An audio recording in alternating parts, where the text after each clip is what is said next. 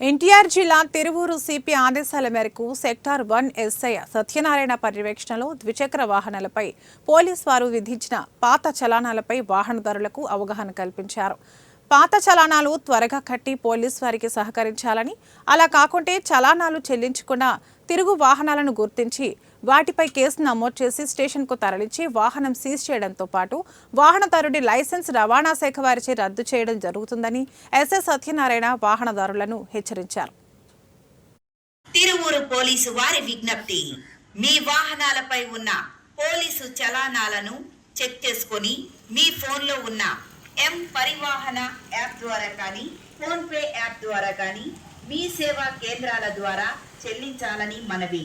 చలానా విధించిన నాటి నుండి 90 రోజులు దాటిన ఎడల మీ వాహనాన్ని సీజ్ చేసి సంబంధిత వాహనదారుని డ్రైవింగ్ లైసెన్సును ట్రాన్స్పోర్ట్ డిపార్ట్మెంట్ ద్వారా రద్దు చేయడం జరుగుతుంది.